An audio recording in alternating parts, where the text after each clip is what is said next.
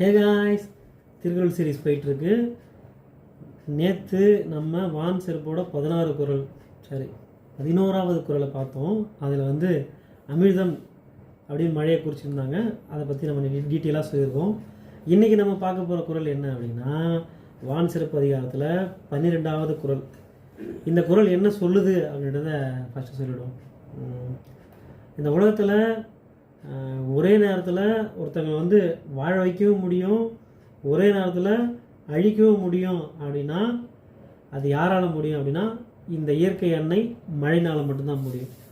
அது எதனால் அப்படின்றத அடுத்தடுத்து சொல்கிறேன். ஃபஸ்ட்டு என்ன குறள் அப்படின்றத பார்த்துடலாம். Okay, ready? ஓகே, இந்த திருக்குறள் புக் குட்டி புக் இருக்குது, இதை வச்சு தான் ஓடிட்டுருக்கு. ஓகே. துப்பார்க்கு துப்பாய துப்பாக்கி துப்பார்க்கு துப்பாய தூவும் மழை. என்னடி ரொம்ப துப்பிக்கணும்? கேட்டிருப்பாங்க. இது கேட்டதுலே அந்த திருக்குறளை பொறுத்த வரைக்கும் எல்லா குறளுமே கேட்ட மாதிரி இருக்காது. சில குறள் மட்டும் பதிஞ்சிடும். சில குறள் வந்து இப்போ இந்த திருக்குறள் புரியாது. ஆமாம், இப்போ இந்த குறள்லாம் பார்க்கும்போது ஏதோ ஒரு பாட்டில் வர ரைம்ஸ் மாதிரி இருக்கும். பாட்டில் வந்து அந்த ரெண்டுமே சொல்லுவாங்களே, எதுகை மோனை இந்த சந்தம் இதுமே சொல்லுவாங்களே, ஒரே இதில் வருதுன்னு சொல்லுவாங்கள்ல, அந்த மாதிரி இருக்கும் இந்த குறள். இந்த குறள் எல்லாருக்குமே ஞாபகம் இருக்கும். சரிங்களா? இந்த குறள் வந்து என்ன அர்த்தம் சொல்லுதுன்னா, ஒரே ஆளுக்கு 2 கேரக்டர் இருந்தால் எப்படி இருக்கும், அதுதான் இந்த குறள் சொல்லுது. அது எதுக்காக சொல்கிறாங்கன்னா, அந்த மழையை தான் சொல்கிறாரு. மழைக்கு வந்து 2 கேரக்டர் இருக்குது. அது என்ன கேரக்டரு அப்படின்றத இப்போ நம்ம பார்க்க போகிறோம். ஆமாம் ஆமாம் ஆமாம், அவரே வில்லன், அவரே ஹீரோ. ஆமாம். இப்போ இந்த குறளை சொல்லிட்டேன். நான் வந்து நோட்ஸ் எடுத்து வச்சுருக்கிறேன். நான் கிளியராக சொல்லணுன்றதுக்காக நான் எப்பவுமே நோட்ஸ் எடுத்து வச்சுக்கிறது நல்லது. நம்ம சொல்ல வர கருத்தை வந்து கரெக்டாக சொல்லணும். கரெக்டாக இதை நம்ம எப்படி கனெக்ட் பண்ணலாம்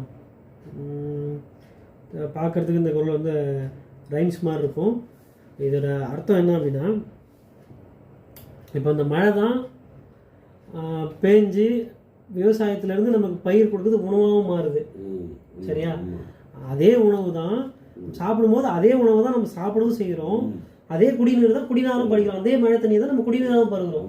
அந்த மழை தண்ணீர் கிடையாது, உணவு கிடையாது. அதுதான் அதுதான் ரெண்டுக்கும் தான் இருக்குது. உணவு தான் இருக்குது, தண்ணீர் தான் இருக்குது. எல்லாருமே முத்து படம் பார்த்துருப்பீங்க. இந்த குதிரை வண்டியில் வச்சு கிடிச்சுக்கிட்டு போயிட்டு இருப்பாரு. ஒருவன் முதலாளி உலகில் மற்றவன் தொழிலாளி. அந்த பாட்டு நீ கொஞ்சம் பாடு. மண் முதலாளி உலகில் மட்டும் தொழிலாளி என்று முடிப்பாளி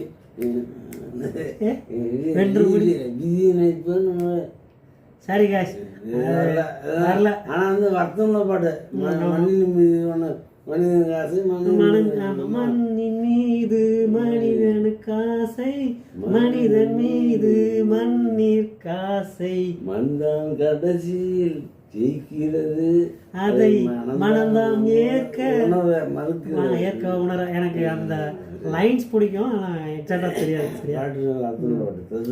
அந்த சரி, அந்த படத்தில் வந்து செம்மையான ஒரு டைலாக் ஒன்று சொல்லுவார். என்ன சொல்லுவார்னா, நான் எப்போ வருவேன் எப்படி வருவேன்னு யாருக்குமே தெரியாது, ஆனால் வர வேண்டிய நேரத்தில் கரெக்டாக வருவேன் அப்படியே அந்த படத்தை சொல்லியிருப்பார் இல்லையா?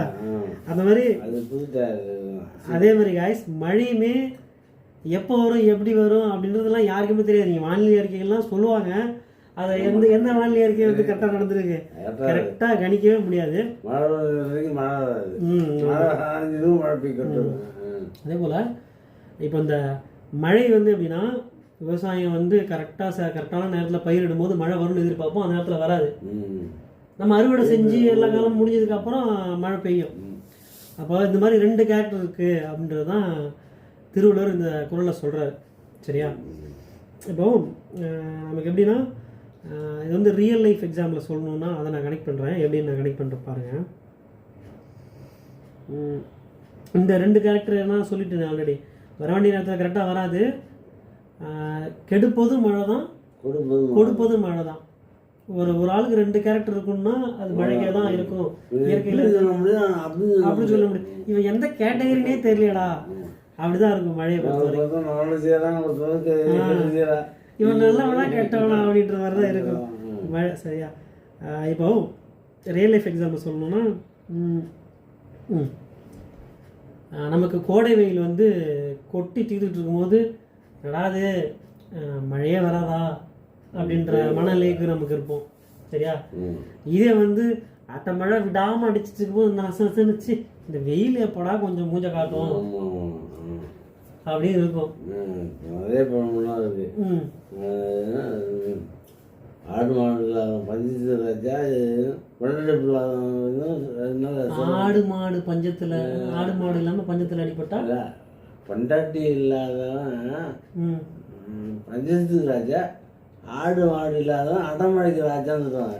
பொண்டாட்டி இல்லாதவன் பஞ்சத்து ராஜா, பஞ்சத்து ராஜான்னு பிள்ளைக்குட்டி இல்லாதவன் பஞ்சத்துக்கு ராஜா, ஆடு மாடு இல்லாதவன் அடைமழைக்கு ராஜா. அடைமழைக்கு ராஜா ஆடு மாடு அதாவது விவசாயத்தை தான் குறிக்குது கரெக்டா. ஆடு மாடு இருந்தால் அந்த கால்நடைகள் வந்து பாலை கறந்தோ ஏதோ வந்து சமாளிச்சு இதுப்பான். அப்படி இல்லையா? அப்படி இல்லை, அது இல்லாம வந்துச்சு இனிமையா இருப்பான். ஐயோ மழை பெய்யும் காலையில் அதான் நினைப்பான். அடமழை பெய்ஞ்சா எனக்கு தான் இருக்கு, ஆடு மாடு இல்லையே அது காலப்படுறதுக்கு அது நிறைய. நீ இல்லைன்னு சொல்ல நான் இருக்குன்னு புரிஞ்சுக்கிட்டேன்.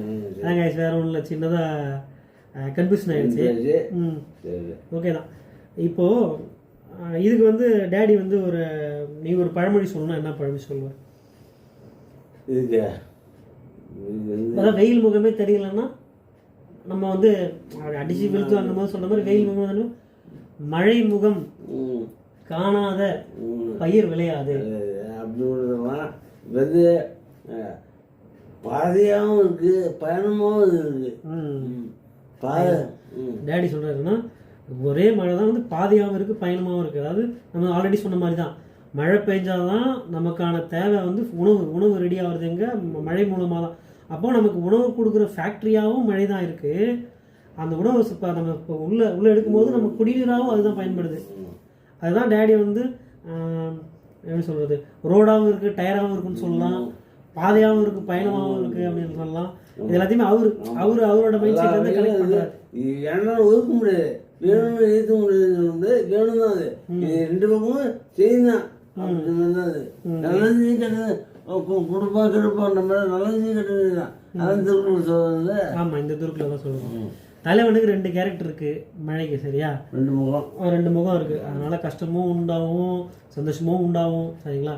அதனால் மழை பெஞ்சிச்சு அப்படின்னா அது நம்ம வந்து பழி வாங்கவும் வாய்ப்பு இருக்குது, அதை நம்ம சரியாக பயன்படுத்தவும் வாய்ப்பு இருக்குது. ஸோ எப்போ நீங்கள் மழை பெஞ்சாலுமே நம்ம அதை சேமித்து வச்சுக்கிறது தான் இப்போது நல்லது. அதனால் மழை நீரை சேமிங்க, அது எப்போ பழி வாங்குன்னு தெரியாது.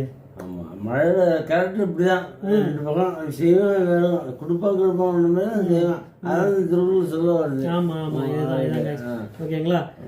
திருக்குறள் வந்து 12 கிளியராக சொல்லியிருக்கான்னு நினைக்கிறேன். திருக்குறள் வந்து இன்னொரு வாட்டி துப்பிட்டு போயிடுறேன் ஓகேங்களா. துப்பார்க்கு துப்பாய துப்பாக்கி, துப்பார்க்கு துப்பாய தூவும் மழை, இதுதான் குறள் கைஸ் ஓகேங்களா. இதோடைய வான் சிறப்பில் 12வது குறள் நிறைவடையுது. அடுத்து 13வது குறள் என்னன்னு சொல்லி பார்க்கலாம். அடுத்த ஒன் ஃபைன் டே எனக்கும் டேடிக்கும் டைம் கிடைக்கும் போது ஒரு வீடியோ. ஏன்னா நாங்கள் ஃபஸ்ட்டு போட்ட வீடியோவுக்கும் ஃபஸ்ட்டு அதிகாரத்தில் முடித்த வீடியோவுக்கும் அடுத்த அதிகாரம் நம்ம ஸ்டார்ட் பண்ணுறதுக்கு ஒரு கேப் கொடுத்துருக்கோம். அந்த கேப்பை எப்படி ரீச் ஆகுது மக்கள் நீங்கள் அந்த லைக் பிடிக்குது பார்த்துருங்க. ஆவரேஜாக எல்லாருக்குமே பிடிக்காது திருக்குறள் வந்து யாருக்கும் பிடிக்காது. ஸோ அதை நாங்கள் வந்து ஒரு இன்ட்ரெஸ்டிங்காக மாற்றணும், ஒரு டைலாக் உள்ள சொல்லணும், அந்த படத்து கூட கனெக்ட் பண்ணுறது பாட்டு கூட கனெக்ட் பண்ணுறது எல்லாமே உலக மொழி திருக்குறள் வந்து எல்லாருமே சொல்லிருக்காங்க. எங்களோட சின்ன முயற்சி அவ்வளோதான். ஓகே காய்ஸ், திருக்குறள் சீரிஸ் போயிட்டு இருக்கு. நாளைக்கு 13வது திருக்குறளில் வந்து சந்திப்போம். இந்த திருக்குறள் உங்களுக்கு பிடிச்சிருந்தது அப்படின்னா லில்லிஷா கப்புள் வாக்ஸ் வந்து சப்ஸ்கிரைப் பண்ணுங்கள், லைக் பண்ணுங்கள், கமெண்ட் பண்ணுங்கள், ஷேர் பண்ணுங்கள். Okay guys, by.